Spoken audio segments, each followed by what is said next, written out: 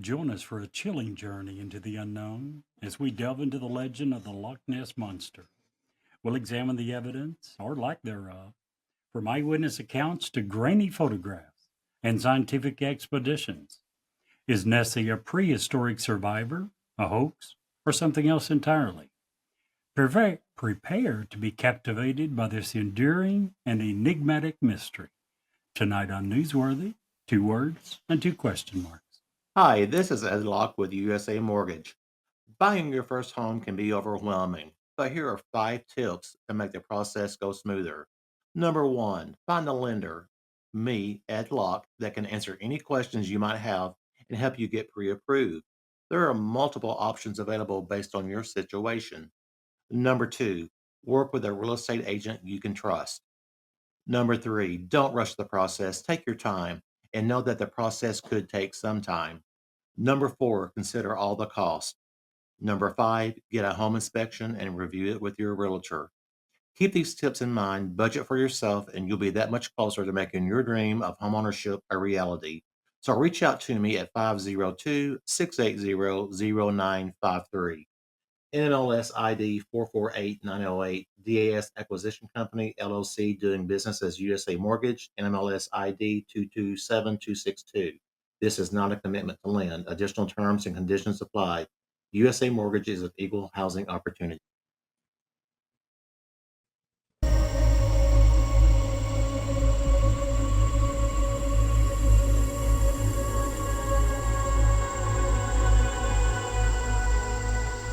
He's alive! Have you checked the children? Get out!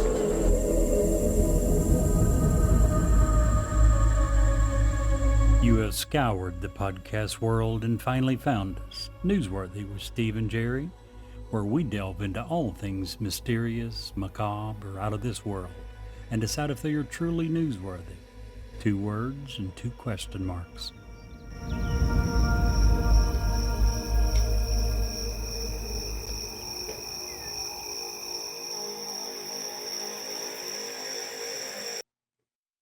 Guys.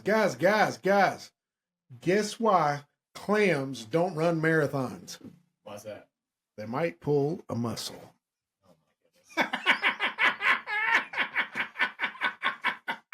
This would be a lot better if it was coming from someone who knew what either one was. But since you're a seafood hater, this guy's asked him once if he likes seafood. He's like, yeah, I like seafood. Come to find out, the truth is he goes to Long John $50 Silver's later. once a year and gets a fish sandwich. No, I don't get a fish sandwich at Long John's. Come What do you on now. Literally the beer worst bag. seafood restaurant in the history. That's great. It feels like seafood. feet every time you walk in there. The floors are like this ice from all the grease. Listen. Everything you touch is greasy. Long John's is the epitome of seafood restaurants. It's like And for people who are anywhere other than Kentucky, they have no idea what we're talking about. They don't even have those Neither anywhere. does most people in Kentucky. This there's like restaurant 4 chain left. is so good, they've all gone out of business. I'm There's gonna like say I've 4 not left. seen one in forever. Yeah, There's one up in Shelbyville that I Yeah. frequent every time I go to Shelbyville. of course you A do. couple of years ago, you told me this story, and there was one in Versailles. It has since gone out of business. It's a nice, beautiful Mexican restaurant now. It's wonderful. I do remember they had good root beer. They do. That was And like one of the. if you famous see things. them today, there's one in Bardstown that is a A&W slash. right? I like those. Yeah, that you could get either. Yep. Yeah. But if you don't get the fish there, you're wrong. Anywho, welcome back, guys. Hey, we are all in the same place today for the first time since middle of month. December, it Yeah. seems. A Yeah. month. Pretty Yeah. cool. I had to get my joke out of the way because I thought it was great. Also, we've done this for what, almost 2 years? Over 2 years. And I just now thought, thanks to brilliance, that it would be great for me to actually run an ad on our podcast. So hence the ad. There Thank you go. you for your support. Absolutely. Call me anytime with any of your real estate needs. Me and Ed Locke will certainly do our part to make your experience very good. So I actually have a client here. He can speak to For sure. that. So I have 2 clients here. What the hell am I? He looked at Brad and said, I have You know a what's phone. funny is you were more recent. Yeah. 2 So months yeah, ago. I work really hard for my clients, and I can work really hard for you too. So just a bonus ad. I'm just throwing it out there. How you guys doing? Doing good. Doing great. Actually, really good. Went to the doctor this week, and she told me I was a beast. Oh, Or so I thought. My wife said what she really said was I was obese. But I'm sticking with the beast. yeah, absolutely. Well, that obese beast. I'm good. Yeah, I like that. That's a good one. What do you call a line of men waiting to get a haircut? Oh no. Well, nothing here. I mean, but you mean a Yeah, regular? nothing here. You mean a regular line of Maybe men? you. Okay, gotcha. A barbecue. Barbecue. I like that. Barbecue. Brett. See, if you like real food, barbecue, I love you would barbecue. enjoy that. No, I you do. don't. Yeah, I do. Yeah, as long as it's no ribs, no pulled pork, but it can't see the bone. Right? That's most of the barbecue. I don't understand the problem. Tomahawk ribeye steaks. You care for one of those? No. Probably the most famous steak barbecued in the world. Tomahawk ribeye. No. I love barbecue. I mean, I it's, do it's one of too. my favorite meals. I- Anything barbecued is. I often give Jerry shit about a lot of stuff, but I'm going to give him props here. Jerry makes the best homemade barbecue sauce I've ever eaten. Seriously. Love it. And I mean that with all due respect. You ought to Yeah. bottle it and sell it. It's a sweet, spicy, vinegar-based barbecue sauce. Right. Right. It's wonderful. And he makes a pretty good prime rib, according to my mother-in-law. And She said decent that was- ribs, according to your son. She said that was, yeah. So, Jerry, if you want meat with bones in it, it's what I'm saying. Jerry's the man to go to because he makes good stuff. You ate some of the prime rib. No, I don't like prime rib. I don't like You any don't part- remember when you and your wife, your whole family come to my house for prime rib? You I didn't ate have prime rib. No. That's the only meat on the table. You did try it. It is way too fatty for you. You don't like to see fat. fatty and undercooked. And I give you an end slice. It Oh, yeah, I wasn't did try the severely end slice. undercooked. I did. I am with you on. I don't like a big fatty meat. I usually cut the fat off. You don't like prime rib? I mean, I do, but if I get too fat of a piece, I'm just chewing. Yeah, That's that's what stupid. prime rib If I is. want to Yeah. chew, I'm going to chew bubble gum. You don't chew fat. If it's true fat, not gristle, you chew. Fat will melt in your mouth. You chew it way Well, less than I must meat. have never had it in a way that it just melts. Well, in if my you're mouth. ever in Fredericksburg, Virginia, I didn't take you and Dave there, did I? Took you to the seafood place. Old Town Steak and Seafood. We went there. We did? Okay. Okay. You We went didn't there have the second prime rib time when there? Dave and I came out. Okay. No, I had a regular steak. Burnt. A real steak. Burnt. Well Yes. done. Burnt Burnt does Okay. not have to. Okay, first of all, we got 2 minutes left before we have to really get into the Okay. episode. We're covering an amazing topic that would probably make a great steak. However, It probably would. just because something is well done does not mean it's burnt. It does mean it's burnt. It does Burnt. not have to Dry. be burnt. There's a Dried couple out. adjectives: dry, burnt, your hockey puck. Yes. Those are all All those are so fine. good. But here's the thing. This There's- is also good. Well, yeah, I love them like that. I love hockey puck. If you look at if you I look love my at jaw to hurt. tell me, I want you gentlemen to tell me, we have a minute, 30 seconds. I want you gentlemen to tell me in the line of doneness of a steak, which one does it actually say is done? Nothing? I No don't one? need someone from the 1920s, which is the way they served steaks back before they figured out the real correct way to serve them, to tell me how dried out hockey puck style my steak needs to be. Just try it. That's all I'm saying. Try it one time. Squeeze it. Look at the juice running. No, that's what makes You've never it tried gross. it? No. Well, if the juices just gross you out, you probably just are gonna. The pinkest I ever had. I am terrible about not sending food back. It freaks me out. I'm not going to ever do it. I just won't eat. Right. But I cut into a steak. It was a dark place, and I'll name the place because they make a really good steak according to most people. Columbia Steakhouse in Lexington. Very good for this area. Yeah. By far, everybody They've been around forever. forever, 30, 40 years or longer. But I like my steak a certain way. I tell people I know that's not the way it's supposed to be cooked. It's just how I have to eat. They brought it out, and I tried it before I actually shined a light because it's a very dark environment, and it tasted like raw hamburger to me. No, thank you. I don't want it. Why are you looking at me like that? Just, I feel sorry for you, literally. What, you like going around eating raw hamburger? When you try a excellent steak and it reminds you of raw hamburger, I truly feel sorry. I've had steaks the way that you like them most of my life growing up. Delicious. My dad was Wonderful. a well-done guy. And so that's the way we grew up having them. Mom didn't ask us how you wanted your steaks. They were cooked well done. Because your dad was smart. I've had them that way. But see, listen to what Brett and I are telling you. We've had them both ways, and we know which one in our mind is far better. You've had it one way, and you insist that yours is the best without even trying the other. And That's I all have we're had saying. one that was not cooked enough. So I went to Longhorn time. I always get I've medium had them rare, not cooked enough. and they brought it out, and it was Rare. very rare. Like it was raw, and I mean I ate it, but it was a little too rare for me. But yeah, I like it. I like a lot of pink with some brown on the outside. I like I even like a little. If I could see a little juicy blood, I like it. Well, Same. tonight's bonus story, stick around. We got a great ride through history and food. Just so you History know. of steak. Did All right. either of you guys see the Saturday Night Live edition 2 or 3 weeks ago? No, Colin haven't watched that Jost in years. and Michael Che was doing their I love episode them. when they swap.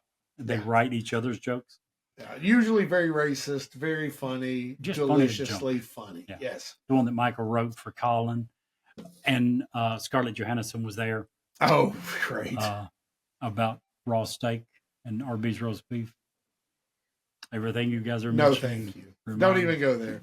Look it up. Listen, You're speaking down. of Scarlett Johansson, I just want to say the funniest look I've ever seen her make was when she signed an autograph for me, and was curious as to why it said marriage license. It was weird, but I assured her it was okay. Yeah, don't worry about this.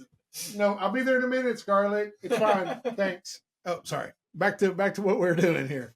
We're talking about one of the OG cryptids, one of the big ones that most of us, I think, will at least think started maybe with a hoax, but has evolved into something that maybe isn't a hoax because of some scientific stuff we're going to get into today. Jerry, you want to start us out today? Sure.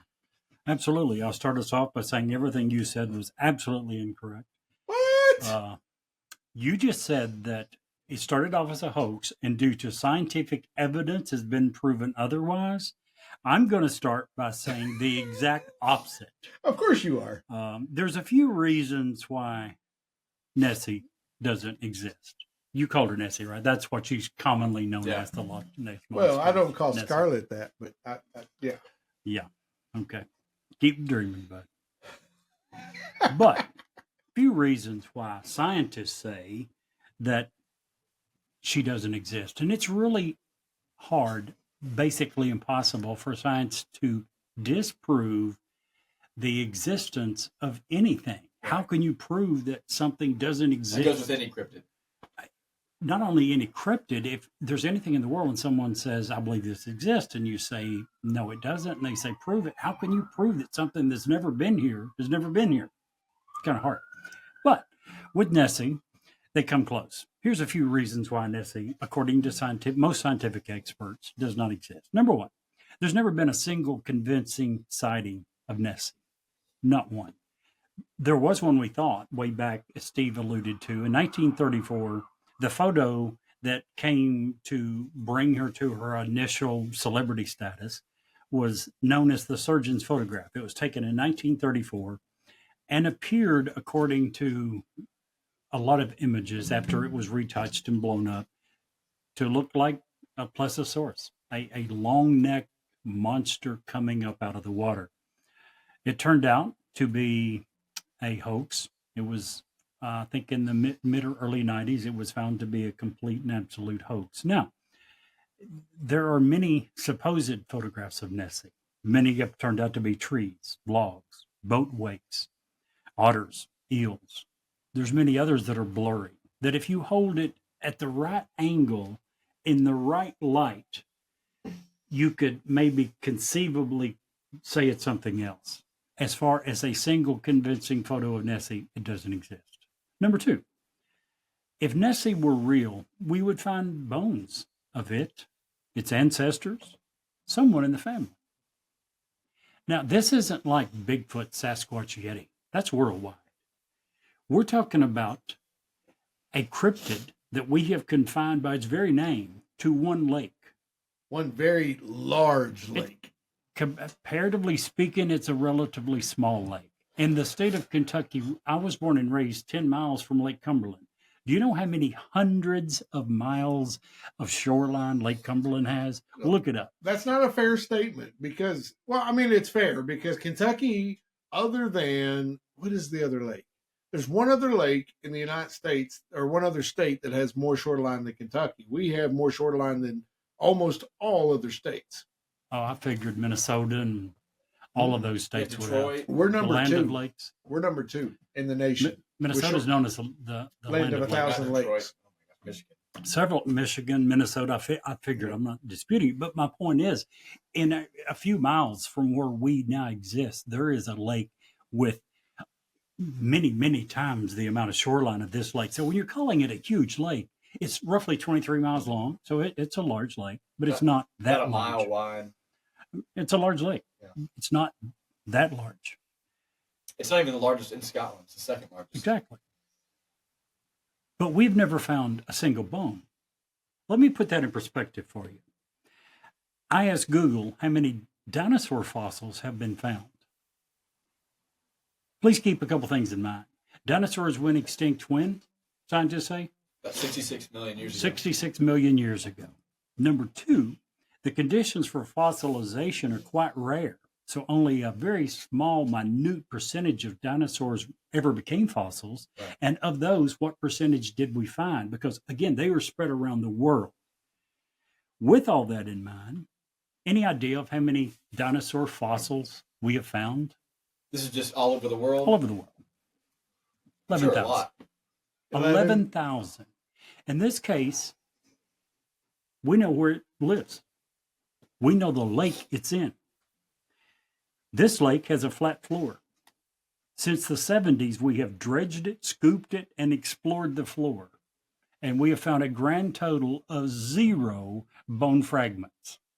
One lake that we have looked considerably for a species that we say still exists. Yet for a species that went extinct 66 million years ago, we found over 11,000 fragments. We would find fragments if they were there. Umpteen scientific expeditions have looked and attempted to find these bones. They would have been found if they were there. You look like you have a question, Steve. Well, I was just going to say, is there something in the lake that would eat the bones? Like what? I don't know. Sturgeon? Catfish? I don't know. What eats bones? All the bones of the species? Well, I mean, you're not going to find all the bones. I mean, they're going to be carried off. I'm They're not going to be talking about dredged. There's all the bones. I'm talking about any of the bones. oh, Not one fragment of a bone, Steve. okay. Not one fragment. I really want Nessie to live. Okay. Next. Scientists say that if Nessie did exist, Loch Ness isn't nearly large enough to sustain one. You have said to Brett last week that you don't believe that it is one, that it's got to be a family. Would have to be. Would have to be.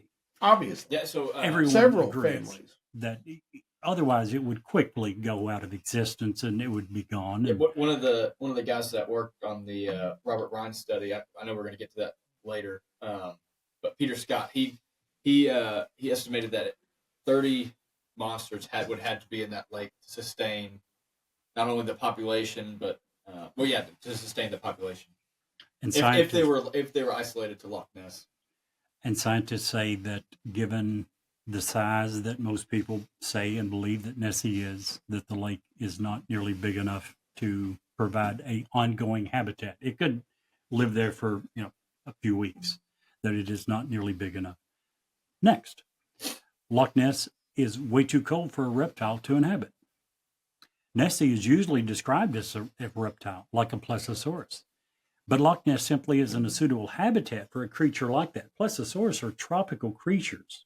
We know from their evolution, we know from where their fossils are found. And the lake is way too cold. Next, Loch Ness was covered in ice until relatively recently. Some people would tell you this is a relative of a plesiosaurus, that it is some form of an ancient dinosaur that lived through ages. Here's a problem with that. The northern hemisphere was covered during the Ice Age by a glacier roughly a mile thick. Yeah. A mile thick. Yeah. Nothing survived in a mile thick ice. Yeah, Loch Ness, it developed like 10,000 years ago. 18,000 years ago was when the Ice Age ended. So up until then, before that, there was a mile layer of ice. This thing had to have came, if it did, within the last 10 to 12,000 years. Some people say it come from the ocean. Well, that's would be kind of difficult. This lake is 52 feet above sea level. It's a freshwater lake. Doesn't have access to the ocean. There's some people that try to claim differently. Again, the facts are, it's a freshwater lake. It is 52 feet above sea level. There's no known way for any organism to get from the ocean to here. You combine that with the fact that the lake didn't exist until recently. It was covered in a mile thick layer of ice. It is currently too cold for reptiles to exist, which, according to what most people describe Nessie as, is a reptile.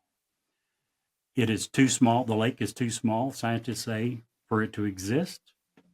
0 bone or bone fragments have been found, and not one single convincing photograph that has not been a hoax has ever been found. So those are the reasons that scientists say Nessie does not exist. So the River Ness connects Loch Ness and the North Sea, right? It does not. Look it up.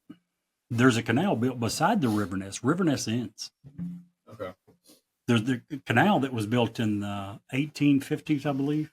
That look, when you pull it up on Google Maps, I saw conflicting. Yes, blow it up and Google and go in, and you'll see where River Ness ends. Right beside it is this canal that does continue.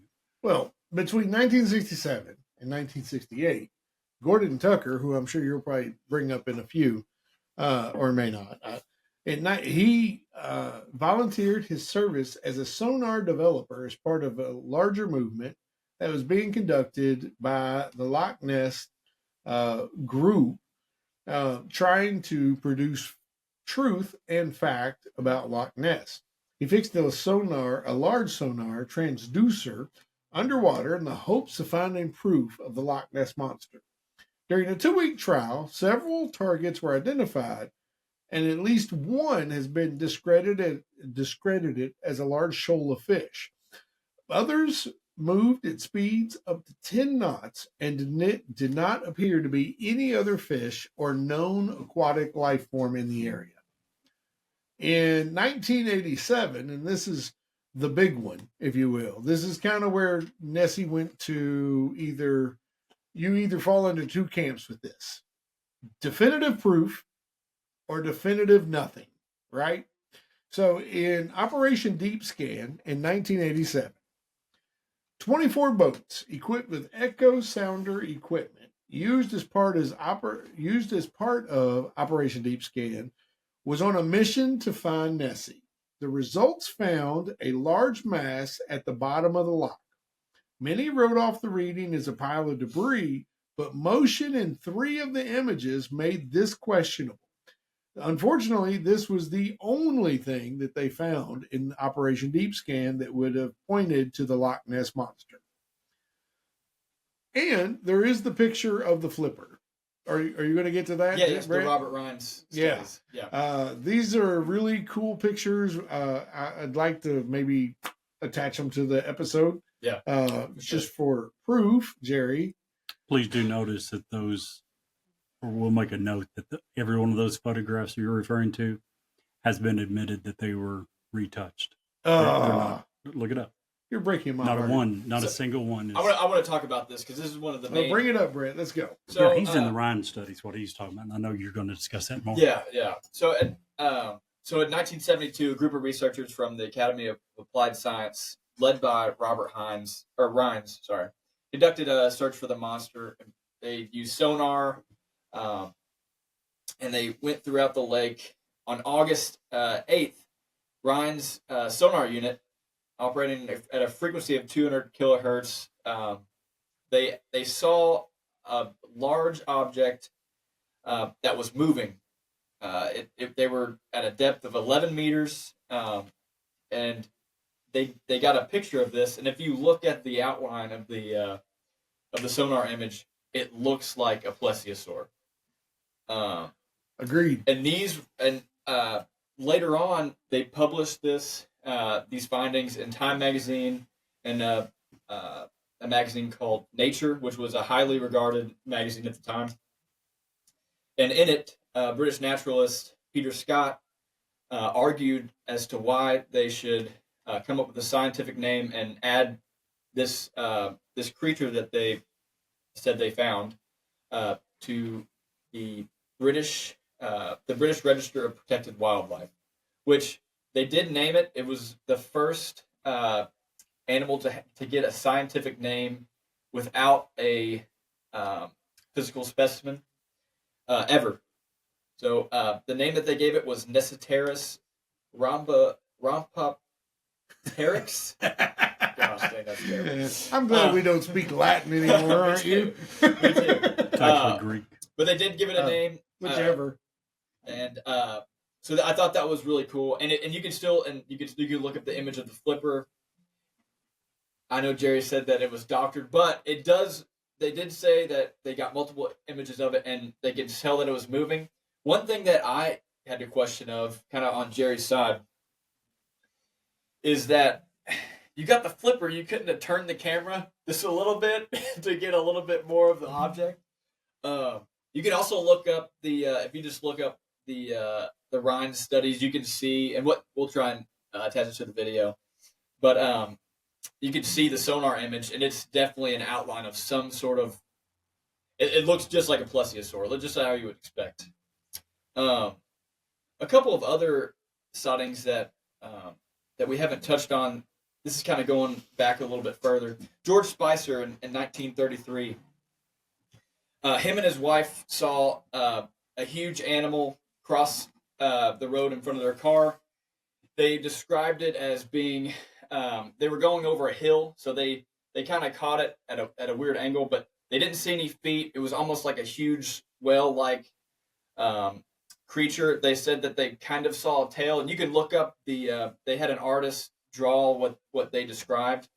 And it does look like a plesiosaur without feet, because again, they couldn't see it as they crossed the hill. This was in 1933. It was published by the Courier. And this was the first time that they actually mentioned Loch Ness Monster. There are several other throughout the 30s. There was multiple sightings of this creature. All were very similar in description as being very much like a plesiosaur. So I kind of want to get into what is a plesiosaur. Why could it be a plesiosaur? Why do we think it's not a plesiosaur? So first off, a plesiosaur, they are reptiles. They're not actually dinosaurs. Dinosaurs have specific hip joints, kind of like a bird. Like birds are considered dinosaurs. Plesiosaurs were reptiles that were aquatic. They first appeared around 200 million years ago. They can be found in coastal areas all over the world. We found fossils in most of Europe, New Zealand, Africa. They seem to have disappeared around 66 million years ago at the Cretaceous Paleogene extinction event, which is what we believe to have wiped out all the dinosaurs. It also wiped out 3/4 of all plant and animal life on Earth. So, just right off the bat, that event makes it unlikely that the plesiosaur would have lived. And there's a couple of reasons for that I'm going to get into. Just to get into what a plesiosaur looks like. So the fossils that have been discovered, they varied in length from around 1.5 meters, which is about 5 feet, to 15 meters, which is around 50 feet. The typical plesiosaur has a broad, flat body, short tail, and 2 pairs of flippers that are believed to have been carnivores. They also are believed to have had lungs, meaning that, like dolphins and whales, they would have to surface to breathe. They are also believed to have lived alone, but they may have interacted in groups for mating purposes. So It's kind of like Jerry. So the fact that it lives alone might explain as to why that they might not be seen often, but the fact that it needs to come up for air would kind of lead most to believe that you would see it often, kind of like you see dolphins at the beach. So I will say, just because it hasn't been seen does not mean that they don't exist. So, for example, the coelacanth was a fish that was thought to have gone extinct around the time of the plesiosaur, but was rediscovered in 1938 after being caught in a net in Western Indian Ocean. So, And caught 3 other times since. right. So I will say, though, just one caveat: this isn't really a like for like comparison, because the coelacanths, they live in deep water. They're rarely seen.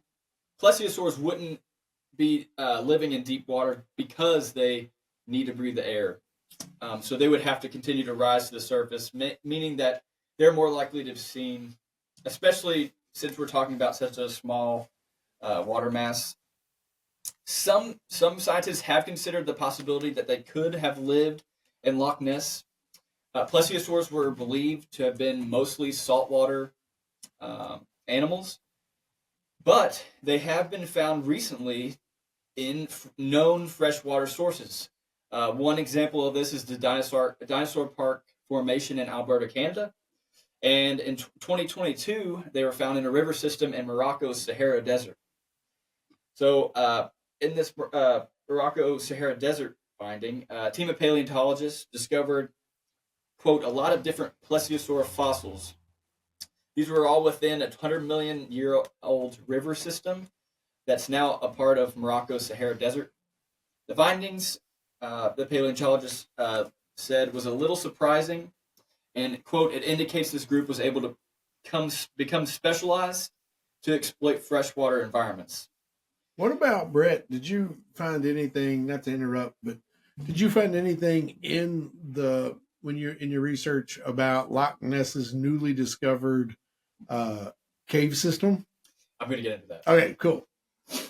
Okay, so I'm going to get into that a little bit. You might want to build on what I say, but so if the plesiosaurs were living in Loch Ness, which is the leading theory, since we don't see the monsters swimming up and down the river Ness, which I'd kind of read, it seemed like it was connected, but you had said it wasn't. It is estimated that there would need to be, like I said, about 30 monsters to maintain the population that would continue to exist, according to the British naturalist Peter Scott. They would need enough fish to feed, and those fish would have to repopulate at a rate that could sustain the population of plesiosaurs. And then the plesiosaurs would also have to breed, all while trying to stay hidden when people are actively looking for them. So this is all building up to be on the side of, well, it's very unlikely that they actually exist. One theory is that there is a series of underground tunnels in Loch Ness where the monster could use to swim to the sea if it was connected. So one podcast I was actually listening to talked about how this is very unlikely because, and you kind of mentioned this too, Loch Ness is 50 feet above sea level. So some would say that this change in elevation, if there was actually connected by tunnels, would cause the water level in Loch Ness to fall to sea level because there would be that differential pressure. However, I was kind of thinking about this, and this is just me thinking. I might be totally off on this, but would explain all the smoke in the studio right now. But to me, it sounds like a manometer, which is a pressure reading device that basically uses difference in density to measure pressure. That sounds like a water engineer talking to me. Fresh water. Or a pilot. Fresh water has a lower density than salt water. So if we're assuming that the atmospheric pressures at the sea and Loch Ness are very similar, the fresh water would be at a higher elevation because it's got a lower density. So that just because they're at different elevations, that I don't, in my opinion, that doesn't really negate the fact that the tunnels could lead out to the sea. So, Steve, you want to expand on that? I was going to kind of switch gears. The caves. Well, I was just going to say that there was a thing led not too awful long ago by an official TikTok. Miss Daly. Huh? Miss Daly. Yeah, Paige Daly, who runs the Loch Ness channel, has over 15,000 followers and millions of views on videos about Nessie. Decided that, in her opinion, that it was very likely that there was many cave systems under Loch Ness that connected it not only to the sea, but just cave systems in general where they could creep out of the main channel and rest and not be seen. Not only that, come up for air. That would, to me, that's a simple matter. Even if that's a simple matter of habitat. You know, that's where I would sleep if I was an animal. I'd go up in a nice cave and get out of the cold water. I don't know, just a thought. There's a lot here, but I'll let you go ahead and continue. Before you do, I would like to add something to that. Please do. She was nice enough to announce her findings that she had found this enormous cave system. And in keeping with scientific way of making sure that other scientists can validate her discovery, she has refused to announce the location of any cave. Not one cave has been substantiated by any person other than Miss Daly. So if that is the way that we now determine whether or not something is scientifically credible, it's an amazing discovery. Well, the fact is she is taking a old folklore and expounding on it, saying it's fact. You know, and for she hundreds, says she found it. She didn't just say she believes it. She says she found it and has explored some of them. She believes without any evidence. She's also claiming that they do extend to the sea and would provide a way for this plesiosaurus to get from the sea to Loch Ness. That would be the only explanation that I would think. It can't hardly exist without that. It would not exist without having that. And here, I would take it a step further. Having used to live in Idaho and see the extent of how fish will travel for mating purposes. You know, salmon will travel hundreds of miles just to mate and die. So it's very likely that, and I'm using the most liberal strands I could possibly find here, to be blunt, that would be a situation that this is the case. I mean, I have to agree with Jerry in some of this, that it just doesn't make sense that 30 plesiosauruses is going to find a good home in this little bitty lake. Right, and they would be the apex predator in this. Absolutely. So they're not hiding from other fish. No, they're not hiding from anything. They're not hiding. If you go to Louisiana right now and you get near water, you're going to meet the apex predator in Louisiana, and he's not going to hide from you. She's going to take your leg off. Yeah. You know what I'm saying? Because we're not the apex predator there. Right. So I can't imagine plesiosaurs being any different. Yeah. I do want to say that it's not unheard of to hear of dinosaur remnants still alive today.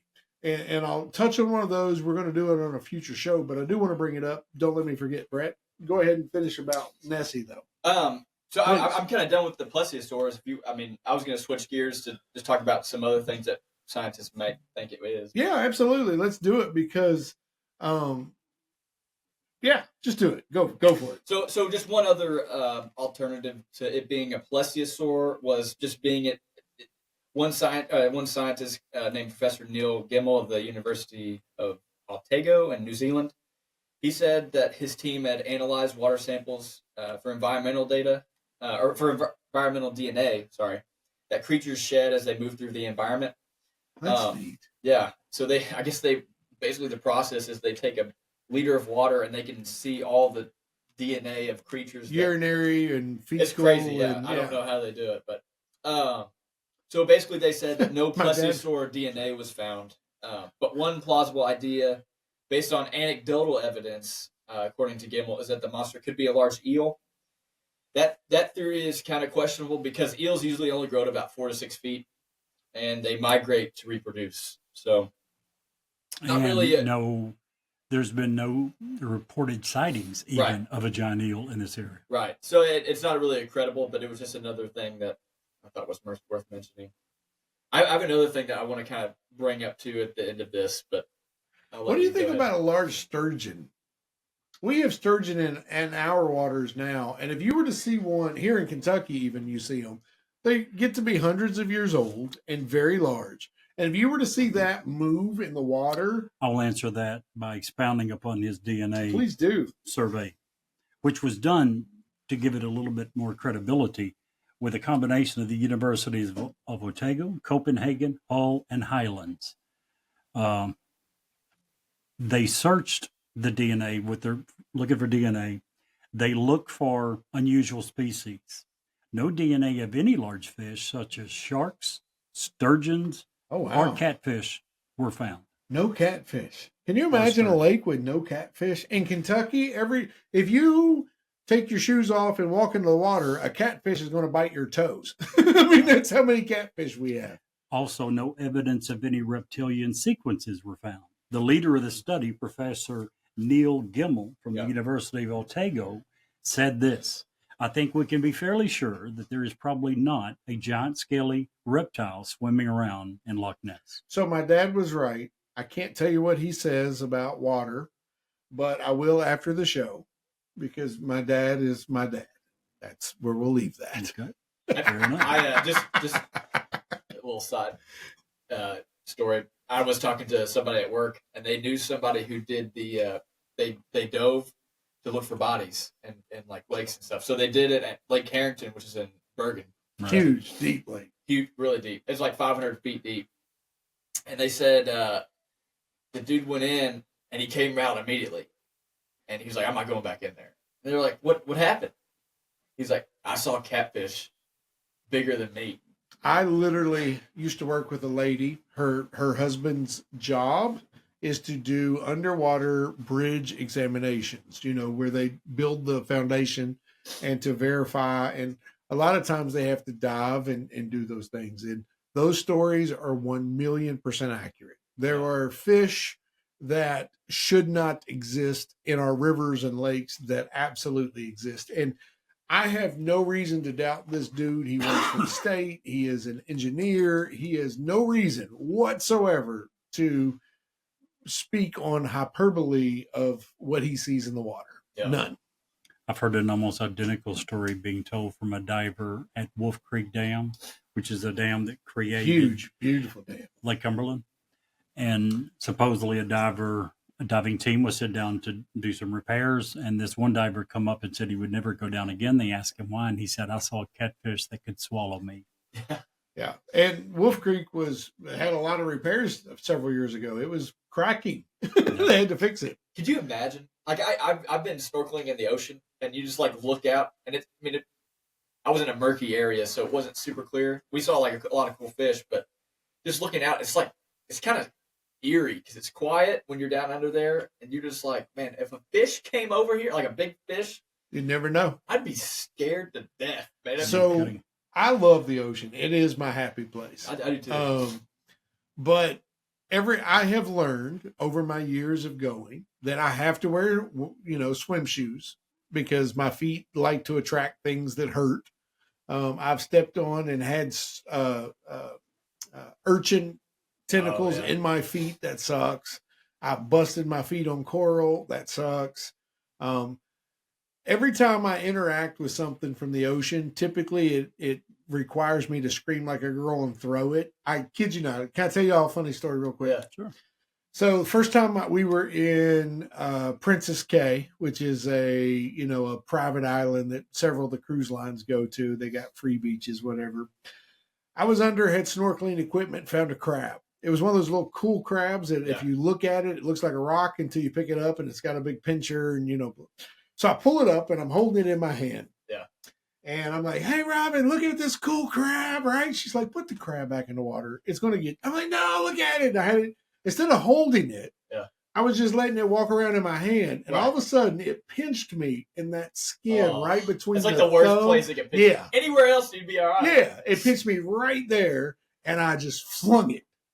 So, and I was like, and I flung it. And I kid you not, 15 feet over, you hear this old lady say, crab just landed on my head. I don't know what that woman was thinking, except that it was raining. We were like, all right, get out of here. Go look at her. And the only other time I had a really cool experience like that, we were in Miami on the beach, walking on the beach. I think it was Miami. And I found a beautiful red starfish. And I picked it up and I was holding it in my hand and I was looking at it. It was gorgeous. And it moved a little bit. And then the only thing I could think of was they have a really sharp beak under them. And it's about to bite me. Threw it like 50 feet. Yeah, no, I threw it like 50 feet. Screamed like a little girl. Flew it. I found a starfish in the water. It was a mental thing. Right, I was like, for sure. oh no. Yeah. And then I was like, oh, that was stupid. So it went flying. Have you ever, guys, because given what we do here and what we talk about, have you ever thought about when you go fishing and you catch a fish and you look at it or whatever and you undo the hook and you throw it back in the water? Have you ever thought that when a fish goes back in the water, it's like, hey, I was abducted by aliens and Fish they are probed me. Fish are dumb, dude. It's like, oh man, I just saw all my buddies just get taken out of the water. Oh yeah, I'm going to eat that worm too. Yeah, right. Not only that, for people, I'm not that big a fisherman. I've not caught that many fish in my life, but you talk to fishermen sometimes, often, they will pull a fish up and they can tell from the scars that fish has been caught numerous times. Right. Not just his buddies didn't learn, he didn't Fish learn. are dumb. The biggest one I ever caught, big catfish. I caught it, and I don't remember the lake. It was several years ago. It had 3 hooks still in its mouth. Then it had busted their line and just left them there. I thought, what's a good idea for me to do today? I think I want some more. Let it me was a try this one. It was a catfish, so it was definitely caught on like chicken liver or something like that. I will say fish are dumb. I just real quick, because we would need to get back to the topic, but I truly put together a saltwater tank, so we got some saltwater fish in there. We had a pair of clownfish, and it was the first pair we had. And something happened with the tank. She messed up the salinity, and some of the fish started dying. When the clownfish started dying, and I guess with the clownfish, their gender isn't determined until they're with another clown. So like one of them will be the female, one of them will be the male, and so they kind of mate. And while the fish was dying, it was struggling to swim. The other clownfish was swimming and pushing it. It was like the saddest thing I've ever seen. Oh, it was awful. And I was like, dude, this is kind of giving me a whole nother outlook of like, man, we're just like trapping these poor little guys in here. And they like actually have feelings. And anyway, so I don't want to back to the topic. Right. What do you guys think about the possibility that certain dinosaurs still exist in certain parts of the world? Because that's what we're expecting. If we believe Loch Ness is real, it has to be some sort of dinosaur, according to what everyone's ever been told, the plesiosaurus. Why's everyone looking at me? Well, because you're the skeptic. Well, I mean, the Ice Age happened between 66 million years ago and now. So Explain to me how something can live through an ice age, and I'll answer that Well, question. alligators, crocodiles. Well, I'll bring it up. Turtles. Later in a couple of months, we're going to cover another cryptid that is believed to be a remnant of dinosaurs. It's called, and I'm going to butcher this, please forgive me, Mokele Mbembe, which is basically a smaller version of a brachiosaurus that has survived in the Congo, which was not under Ice Age, and has had several sightings. I bring that up because it is that particular one is in an environment where it actually could exist and could have existed through the Ice Age. And it's possible. So, My typical skeptical self would say, show me proof that it happened, and we'll go from there. Well, here's the thing with Loch Ness. So, did you guys get into? I kind of wanted to mention this because, like we were talking about, the modern science. I mean, there's been a couple things. Like there was another There's another eyewitness account that we didn't cover where they did track a very large object on a fishing boat, and it had followed them for a little bit, and it dissipated. I'm losing my place here, but that was in 1954. Sorry, it was the sonar readings were taken by the fishing boat Rival 3, and the crew basically all witnessed that there was a large object keeping pace with the vessel. They were at about 479 feet in depth, so that's pretty deep. And they tracked it for about half a mile, and then they lost it. But so we have modern science. We're not really seeing a lot. I mean, there's a couple of stories, but most of them are hoaxes. But did you guys see the folklore of the water horse? So it's from Scotland, but basically there's this water creature that has been seen throughout Scotland for hundreds of years, and it's kind of like any other cryptid, but it's a dangerous water creature that takes the forms of a horse, and it shape shifts and steals children. But it kind of makes me think like maybe there was something there at one point, and that they could have gone extinct just like everything else, just like how other animals have gone. You think there's a possibility of that? Well, I don't think you can bring up Loch Ness without talking about Lake Champlain here in the United States. There's a cryptid of some sort in there. Jerry did a thing. I was pulling my cord out. Oh, gotcha. Sorry. You have the Morag, a lake monster, which is what you're talking about, the water horse. That's the weirdest thing about water in America. We know more about outer space than we know about what's in our own oceans. For some of the deepest parts of it. Yeah.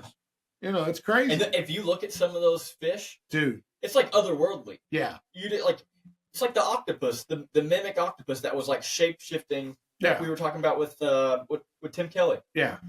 I was like, I've never even knew this thing existed. If you would have showed me a video of that, I would have been like, that's fake. Yeah. It's insane. It really is. There's creatures in the ocean that we haven't even discovered yet, and yeah, for sure. And I think that if there is, that's kind of where I'm getting at, is if there is some sort of dinosaur or aquatic reptile or that does exist that we haven't discovered yet, I think that it would be in the ocean. Maybe not necessarily Loch Ness. Well, in keeping with our true form, Brett, we'll let you take the lead today. Brett, Loch Ness, does it need more or less coverage? So I think that if you are the country of Scotland, I would say you need more coverage. I went over there, and there's a lot of Nessie memorabilia. There's a lot of people that go to Loch Ness just because of this story. Otherwise, it's just a lake. Yeah. Go to Lake Cumberland. It's a lot better. I think better fish. I think it's fun to talk about. I would say that it doesn't need any more news coverage than it already has. I mean, it's a fun story. It's just like everything else. Unless something washes up on shore that we can see. Right, there could be more evidence, but I am kind of on the side of Jerry. I think that it's more unlikely that it exists. I think that I think that it could exist. I'm not saying it. I'm not discounting it completely, but I would need more evidence before I believed it wholeheartedly. So I'm going to give it a thumbs down. Jerry? I reluctantly give it a thumbs down. And reluctantly because I just Googled, I thought I'd remembered correctly. As of January 2025, there have been over 1,157 officially recorded sightings of the Loch Ness Monster. That's a lot to discredit. Even so, when you begin to look at all the facts, and again, one huge difference between this and Bigfoot Yeti is Bigfoot Yetis around the world. So when you begin to rule out things, you have to rule out, have you examined this area and this area? Loch Ness has been examined. Yeah. From one end to the other. I'm not saying Literally there's in not one whole episode, they lined ships up side by side and did the whole many length. times. Yeah. And it has been explored by people in many cases who were wanting to find something. There's people who have spent their life, Since the 30s. yes, trying to prove that something is there. So I reluctantly, after looking at the facts, have to say, I can't say that it needs more. I think the size of Loch Ness is the biggest factor, because if we're talking about the ocean, we haven't discovered a lot of species of fish or reptiles in the ocean. And I think that if they ever do discover a cave system that leads out to the ocean, and maybe the Loch Ness only comes, once a year to mate or something like that, I think that kind of changes things. But until that's found, I agree. Well, I happen to also agree. We have 3 agreeances today. How about 3 that? skeptics. Has that ever happened before? I don't think on the it's show? ever happened. But I will say, with caveats, here in Kentucky, we are home to the largest cave system in the world, the Mammoth Cave System. If there's a cave system, like Brett said, that connects Loch Ness to the ocean, changes everything. Fish do it. Multiple types of fish do it. Sharks will swim thousands of miles to mate where they were born. Sea turtles will do the same thing, to go to the same beach that they've been and swim thousands of miles to lay their eggs at the same beach. So that's not unheard of. But if it's any other situation, there's no way Loch Ness is big enough to support 30 dinosaurs at any given time. It just wouldn't happen. There wouldn't be there wouldn't be a fish in the lake because of the amount of food and resources that they require. Because the colder the water, the more they require to stay warm, especially since they're not cold blooded. Right, and like you were saying, you would find not warm blooded, or even you would have a dead one wash up every now. You know what I mean? You'd have something. You would think. Also, I have 3 little things before we get off and do the bonus story. Thing 1, I watched a really cool. My wife and I, one of the funny things we like to do, we like to get together and watch really bad B movies, like Sharknado and things of that nature. We watched, going into it thinking that this was going to be a movie called Exist. If you've never watched it, I strongly encourage you to watch it. You can get it free on Amazon, I think, right now.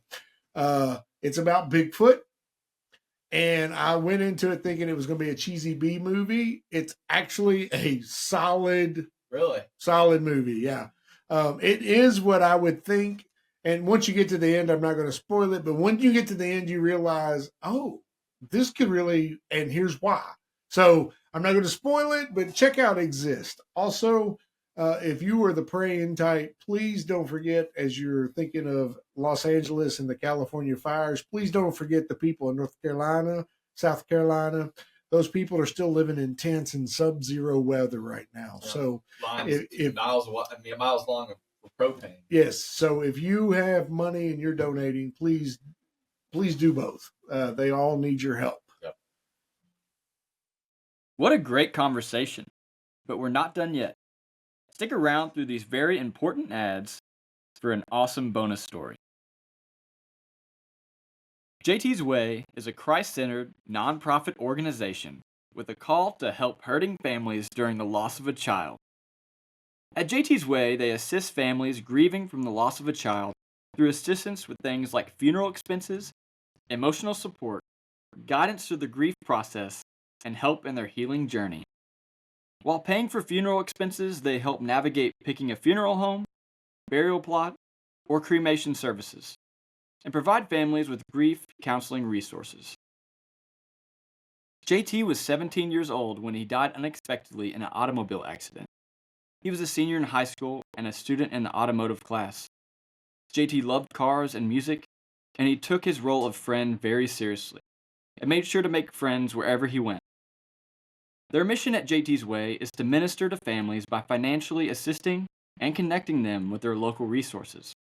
These resources will assist in the financial and emotional burden of bearing a child. Their aim is to aid in the healing process for parents and families, and these resources include grief counseling and parent-sibling groups. The outside world doesn't stop, but we can tell you from experience that a parent's world certainly does. In a time of desperate hopelessness, JT's Way provides hope.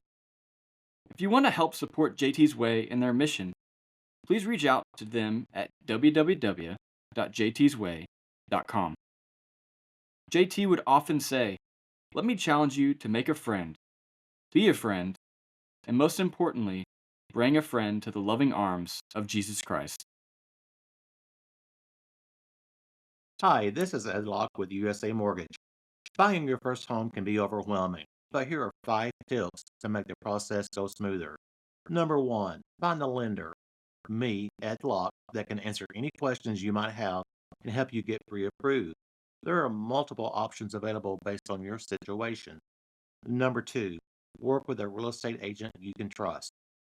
Number 3, don't rush the process. Take your time and know that the process could take some time. Number 4, consider all the costs. Number 5, get a home inspection and review it with your realtor. Keep these tips in mind, budget for yourself, and you'll be that much closer to making your dream of homeownership a reality.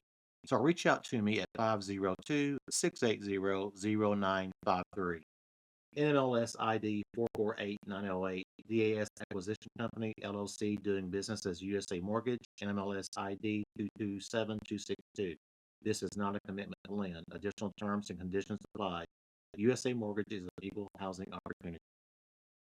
If you would like to share suggestions for future episodes, or simply tell us how much you love or hate us, reach out to us via email at newsworthywithstevenjerry@gmail.com or text us at area code 540-709-1318.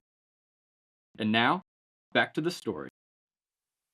Earlier tonight, we were talking a little bit about food and how you guys were wrong and I was right.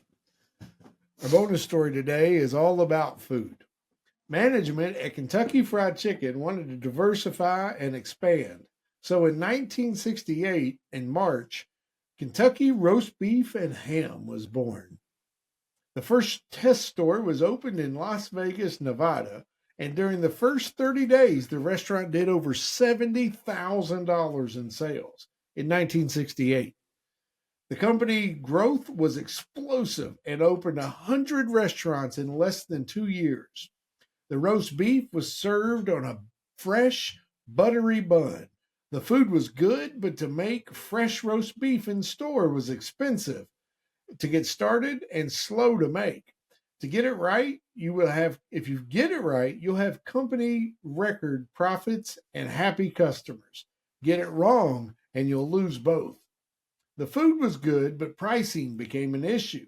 A roast beef sandwich would run you 79 cents, while a junior chicken dinner, which included 2 pieces of chicken, creamy whipped potatoes, gravy, and a biscuit, was only 89 cents. God. Can you imagine those days? While the roast beef was certainly worth the price based on the ingredients and the labor, it just simply wasn't the same amount of food. Kentucky Roast Beef just couldn't find the space and operating procedure that worked for them. So in 1970, just 2 years after the first location was open, every Kentucky Roast Beef location was shuttered. Some would be closed and sold off, while others would be converted to standard Kentucky Fried Chickens. The roast beef and ham sandwiches would continue to be sold in regular KFC restaurants all the way up into the late 1970s. And Jerry, if you can't see the light, Be the light.